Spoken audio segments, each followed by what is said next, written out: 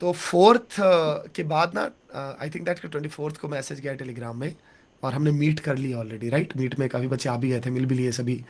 और वहाँ पर हमने एक बार तो कन्वे कर दिया। बट ये वाली वीडियो स्पेसिफिकली है कि जो बच्चे यूट्यूब के थ्रू जान रहे होंगे, राइट, कुछ बच्चे ऐसे हैं कि वो यूट्यूब के थ्रू ही पहले इन्फॉर्मेशन लेते हैं, टेलीग्राम के बाद में, या फिर हो सकता है कि वो आज उन्होंने टेलीग्राम चेक ना किया हो, राइट।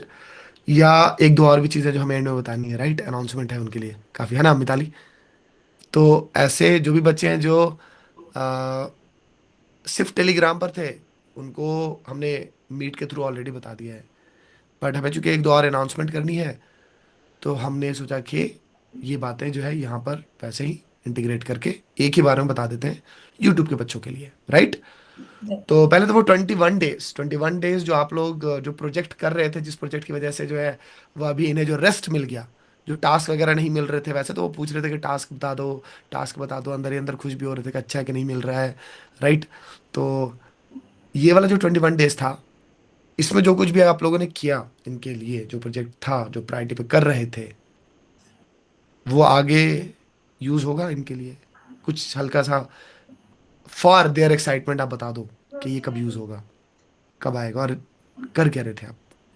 ओके, सो लास्ट के 21 डेज में हमारी तरफ से एज सच टास्क नहीं गए, बट डेफिनेटली हम किसी चीज पर, किसी बड़े काम पर, प्रोजेक्ट पर काम कर रहे थे, जो कि डेफिनेटली है तो आप लोगों की बेटरमेंट के लिए। ये वाला टाइम में हमें उसे प्रायोरिटाइज करना था, क्योंकि आगे हमारे मिड सेम्स की वजह से वो चीज अटक सकती थी, और वो आप लोगों पर और ज्यादा इम्पैक्ट करता अगर हम अक्टूबर पर लेकर के जाते। तो डेफिनेटली हमने सोचा कि उसको अभी इस टाइम पर प्रायोरिटाइज करके ये डन तो कर है, ये लेंगे, तो है, तो यस यस। आगे आप लोगों के लिए इजी हो जाएगा। क्योंकि आगे जब आपका मिड सेम एंड सेम होगा और आप फिर भी इनको टाइम देंगे ना, तो हम्म। ये इनको पता नहीं चलता है ऐसे भी, एग्जैक्टली। राइट। इन्हें पता नहीं चलता कि आप किस पेन में जा करके इनको गाइड कर रहे होते हो।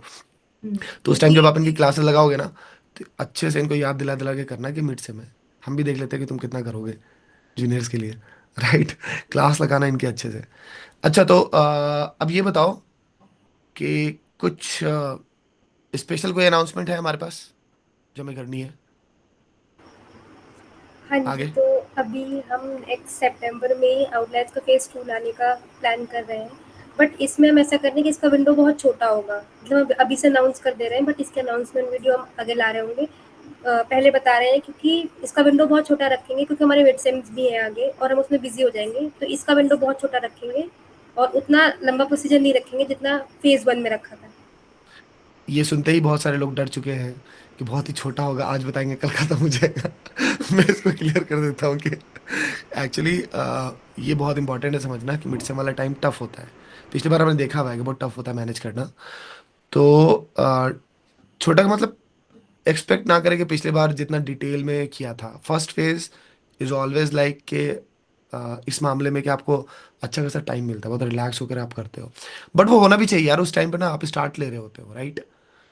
बट अभी तक ना बहुत सारे बच्चे एकेडमिक फ्लो में आ चुके रहते हैं, तो आपका एक मोमेंटम बन चुका रहता है, तो आपको इतना बड़े विंडो की जरूरत भी नहीं होती है एक्चुअली, राइट।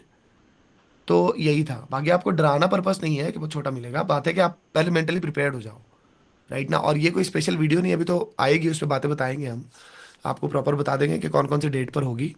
या मान लो हमें लगेगा अभी कि मिड सेम के बाद करना है, because that that is the point also. मैं चाहता हूँ कि जब भी हो तो आप लोग रिलैक्स्ड हो, क्योंकि बहुत स्ट्रेस पड़ता है सारे सीनियर्स पर, राइट। सभी लोग जो कि क्वेश्चंस बनाते हैं, आंसर कीज वगैरह बनाते हैं, चेक करते हैं, बहुत स्ट्रेस होता है।